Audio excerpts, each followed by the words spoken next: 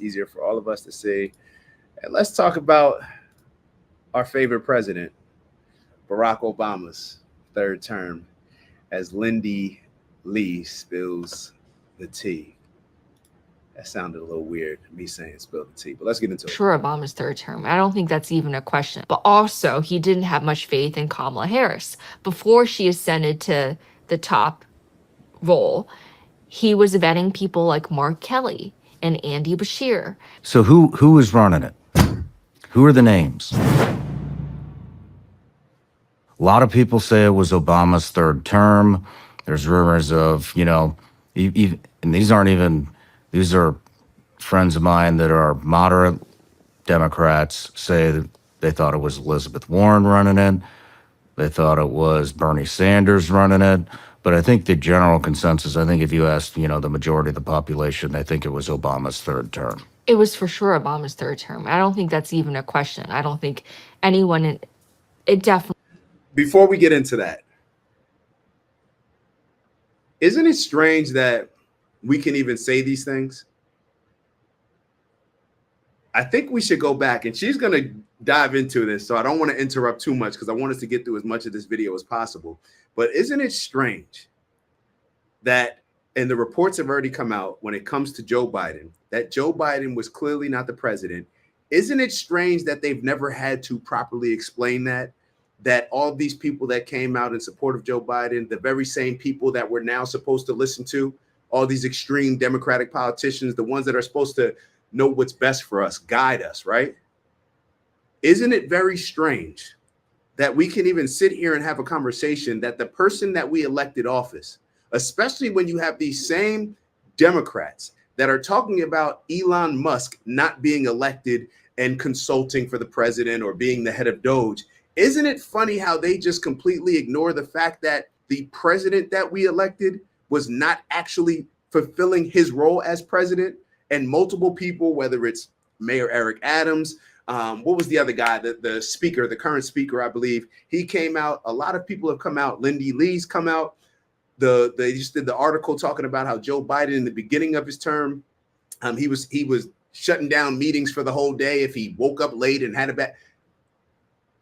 All of these people have made it very clear that Joe Biden was not the president, but here these Democratic politicians are calling out Elon Musk for not being elected and helping President Trump, even though he campaigned with President Trump. But these same people don't say anything about the fact that the president, anybody with common sense can see that Joe Biden was not the acting president of the United States, but they don't say anything about that. And the people that vote for the Democrats don't seem to say anything about that or even care. Let's get into it. Definitely was. And that's why you saw Obama fighting for his dear life. Why was he fighting so hard in the fall? Because he was fighting for his fourth term. He was fighting for his own legacy. The relationship between Obama and Biden is most reminiscent of that between LBJ and JFK. JFK had little respect for Lyndon B. Johnson, but he picked him anyway because he wanted to win the South. He wanted to win Texas. But he had very little respect for LBJ's intellect. JFK was surrounded by his Harvard brain trust, and he had immense disdain for LBJ's Texas Hill Country vibe. And that was the same attitude that Obama had towards Biden. Obama thought that Biden would eventually fight. Hold on. We'll go back. I don't want to skip over that. But keep in mind, remember, this was the thing. Joe Biden and Barack Obama were not aligned. Remember, Joe Biden was the moderate. He was seen as the more conservative person, to where Barack Obama only brought him on board to get the more moderate, conservative, Democratic support. That's why he brought Joe Biden on. Barack Obama did not see eye to eye with Joe Biden, was not friends with Joe Biden. Just keep that in the back of your mind, because people tend to forget that just because he kind of fell in line for those 8 years. And then obviously Barack Obama supported Joe Biden for his 4 years in office, as well as when he was running for re-election, until they, decided to put Kamala at the forefront. Biden. Obama thought that Biden would eventually fuck everything up.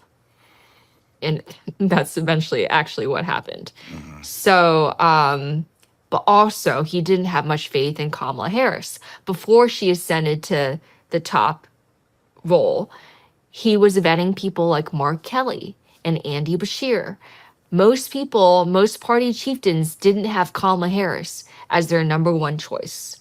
But in the party of DEI, you can't skip a black woman. The optics. In the party of DEI, you can't skip a black woman. Now, people may be listening to this wondering, what exactly is she talking about? I'm glad that she's exposing it. And I'm glad that we're seeing the problem that happens with DEI eventually down the road. It was made very clear that Joe Biden, in exchange for black people's votes, go back and listen to the interview that Charlemagne the God did with Joe Biden. Y'all know the infamous one where he said, "You ain't black unless you vote for me." That one. Go back and look at that interview. Charlemagne was not calling for Joe Biden to bring on the most qualified vice president. What he was calling for him, and what was pretty much it seemed like he was almost like, I don't even want to say blackmail, but he was saying the only way that we're going to support you is if you put a black person, not only just a black person, but a black woman as vice president. So when you use your leverage in this way to say that Joe Biden can only choose a black woman and you get Kamala Harris, what ends up happening 4 years later? Now you have to push Kamala Harris to the forefront, or else she's going to cause an issue and raise havoc, because in her mind, rightfully so, perhaps, she's thinking that I was qualified to be vice president. Why would I not be qualified to now be president? Could you imagine Joe Biden or Nancy Pelosi, Chuck Schumer, Barack Obama coming to her and saying, "Hey, we're gonna go Gavin Newsom's way this time. We're gonna go a different direction." Not only would she raise hell, but black women who have been the pawns and the most vicious fighters for the Democratic Party, they would not have that. All you got to do is look at the Ayanna Presleys of the world, the Jasmine Crockett's, the Joy Reids. Y'all know exactly who I'm talking about. All you have to do is look at them. They would have never allowed it. So this just goes to show you how DEI does not work, because what it ultimately created, because Joe Biden got bullied into bringing on Kamala Harris, what it ultimately got you was a candidate for president that was not qualified. And let me go back 4 years before. The fact that Barack Obama had to bring Joe Biden on board. Now, a little bit different than obviously DEI, but because he did it for his own reasons, not necessarily saying who's the best vice president for the job, but it was in exchange to gain a certain group of supporters. What ended up happening?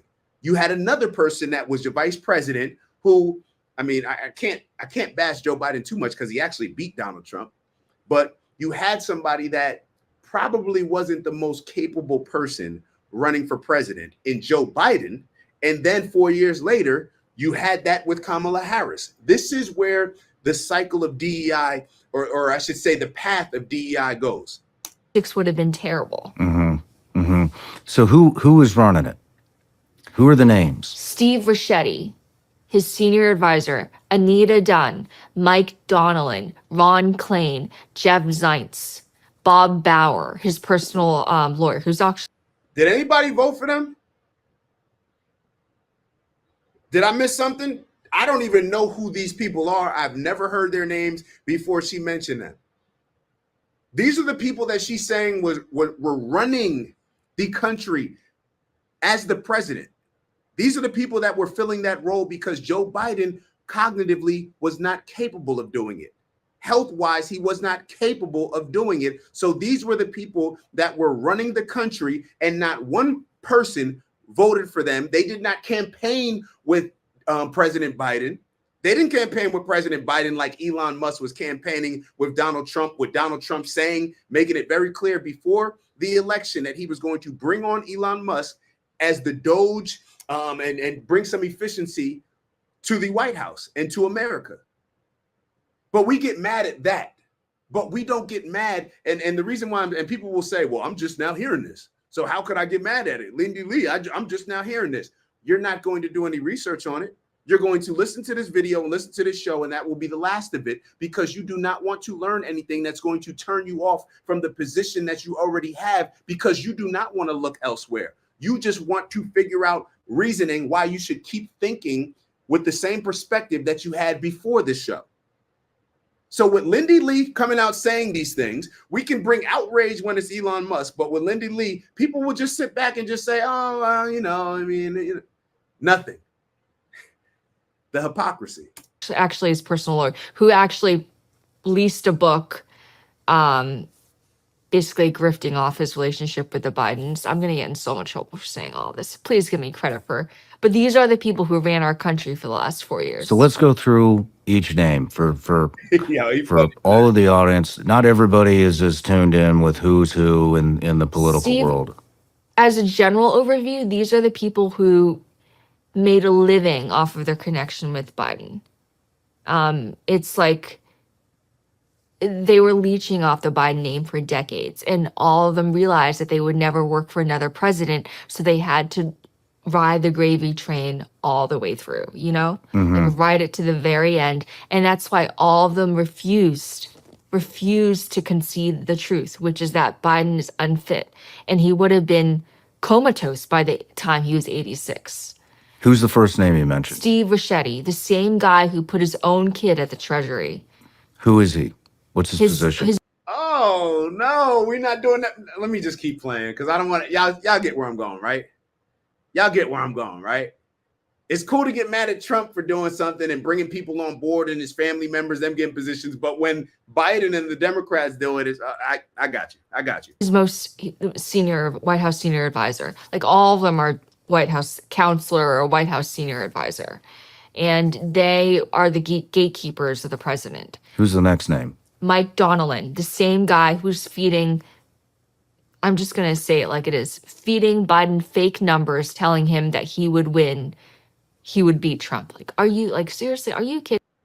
What you guys are getting ready to hear is one of the craziest things that I've heard. And I don't want to exaggerate. I know I'm prepping y'all. Now it really has to be something big. But really just listen to what she's saying.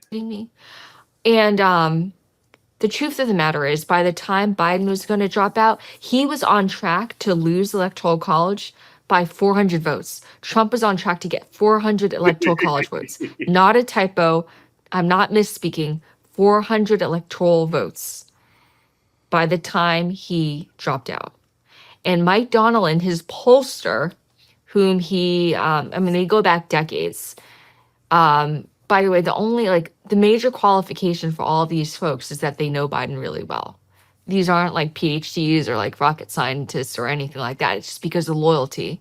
And they've stayed with him for a number of years. So Mike Donnellan, Nancy Pelosi actually called him out.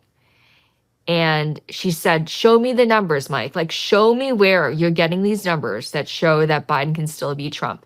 And Donnellan wasn't able to deliver. These people were getting ready. If I was a Democrat, I would be pissed off. For all of y'all that were wondering why Joe Biden was running again, why he was staying in the race as long as he was, why even after the debate, he was pissed off at people telling him that he shouldn't run. It seems to make sense and be aligned with what she's saying. If I was a Democrat, I'd be more pissed off than I am now. Think about that. They are feeding Biden fake numbers. This is why he gets on TV and makes a fool of himself. This is why I told y'all, even towards the end of it, where I was giving Biden a lot of grace because I genuinely felt bad for him.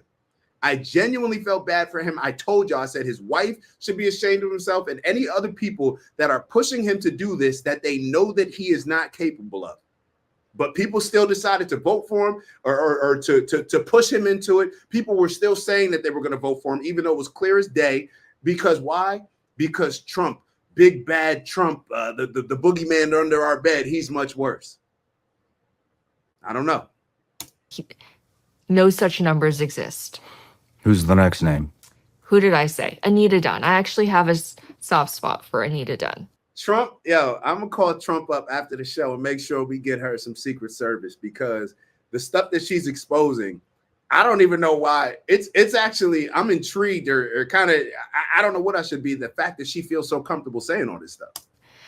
Because she got iced out of the Biden circle in July August of this past She's having a combo like she's gossiping on the phone or something, but she's exposing. Yeah. year because she dared to say maybe it's a good idea for the president to shy away from his convicted felon of a son because the optics aren't great. Why do you have a soft spot for somebody who's running the country in the shadows to the Well, ground? because she dared to speak up. She's the only one who did. She's the only one who dared to utter criticism. But we went 4 years. I know, but with she's the this only shit. one who did anything a little bit different, you know? And she got exiled. She got kicked out of the White House. When? So she's July. So she Who got else? booted out. And then not only her husband got booted out. Her husband, Bob Bauer, was Biden's personal attorney. So after Anita, so I should also mention that after the debate, Hunter basically commandeered the White House. He sat in on all the White House top level meetings. You had a former cocaine addict sitting in on the most sensitive meetings of the most consequential and important government in world history. Oh no, but Elon Musk has access to my social security number.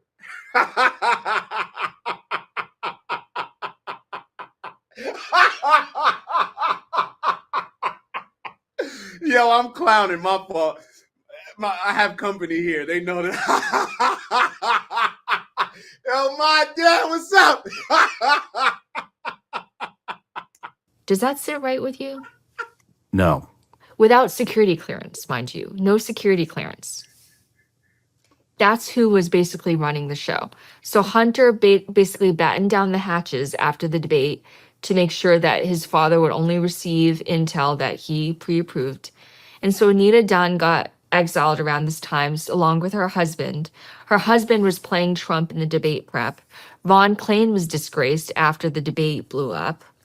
And then Jeff Zients, the person who's worth like hundreds of millions of dollars, the chief of staff. I should mention that the weekend that Biden made the decision to drop out, he only told 2 people in that circle, and that's that's Steve Ricchetti and Mike. He didn't tell Anita because I was on a call with Anita that morning and she had no idea it was going to happen. It completely caught her off guard. So by that time, they were already easing her out of the circle. Is there any? Did we cover all the names?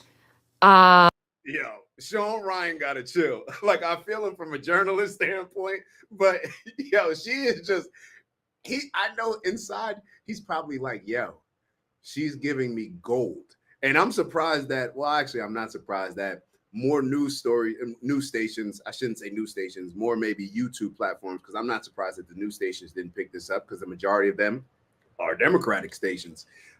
That's just where they lean. But this is like I can't believe that she's doing this. I can't believe that she's doing this. More power to her. I don't know what the play is. I don't know what she's looking to do. Somebody check her net worth.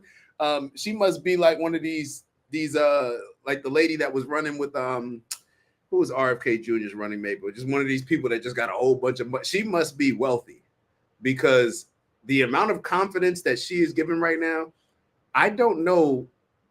I haven't seen anything like this. Did we? Jill Biden? Jill Biden. She was like president. She was president. I was with Joe and Jill the night of the debate. I was at their VIP debate watch party. I slept all the way to Atlanta, Georgia for that to show my support. Oh my gosh, Sean, you wouldn't believe it. So that night I have the pictures too. I was with Joe. And so Jill takes Joe by the hand. The names are so similar. I'm sorry.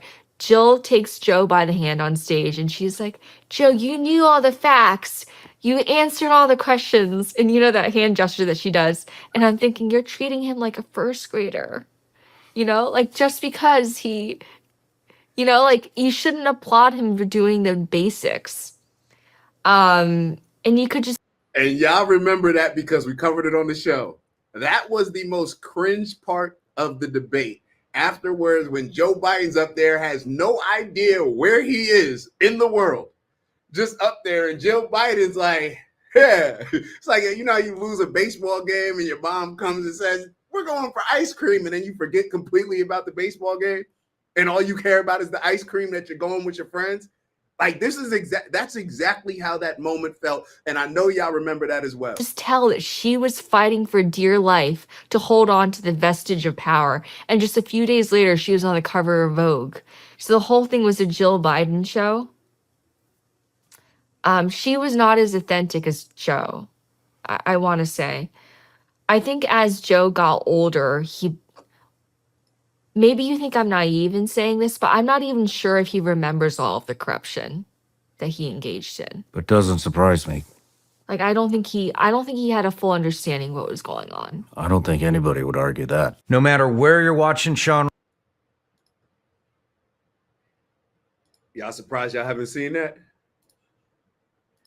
Matter of fact, write in the chat. Tell me if anybody in the chat saw that interview or saw that clip before we just played it. Tell me what your thoughts are. Are you surprised? Are you not surprised? I'm impressed. I'm impressed by Lindy Lee. It's almost to the point where there was a part of that when she was talking, when she said, like Jill Biden was the president. She says, I'm like Jill Biden was the president. I almost am like, is she high and making this up? But she has so much facts with it, and I haven't heard anything from anybody disputing it. I don't know. And this is not the first time, and to be clear, this is not even the first time that we've had her on the show. This is not the first time. She's been exposing them. I don't know who gave her the battery in her back. I don't know why she feels so comfortable doing what she's doing, but she's been doing this for months now. So I guess, you guys let me know if you guys believe it. It seems pretty wild